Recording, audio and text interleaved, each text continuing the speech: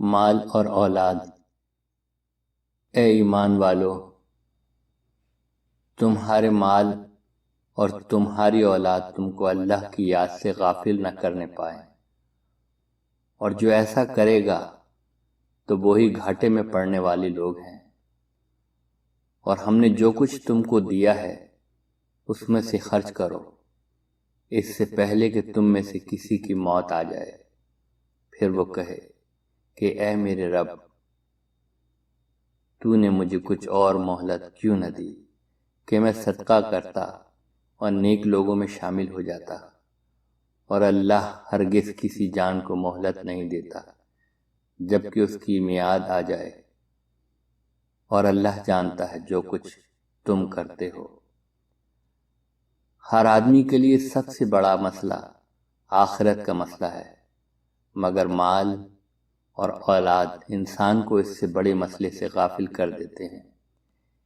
انسان کو جاننا چاہیے کہ مال اور اولاد مقصد نہیں بلکہ ذریعہ ہیں، اور وہ اس کے لیے کسی کو دیے جاتے ہیں کہ وہ ان کو اللہ کے کام میں لگائے، وہ ان کو اپنی آخرت بنانے میں استعمال کرے۔ مگر نادان آدمی ان کو بذات خود مقصود سمجھ لیتا ہے۔ ایسے لوگ جب اپنی آخری انجام کو پہنچیں گے تو وہاں ان کے لیے حسرت اور افسوس کے سوا اور کچھ نہ ہوگا۔ دنیا میں مال اور اولاد اور اس قسم کی دوسری مادی چیزیں جو انسان کو دی گئی ہیں، وہ اس کے لیے انعام نہیں بلکہ وہ اس کے لیے آزمائش ہیں۔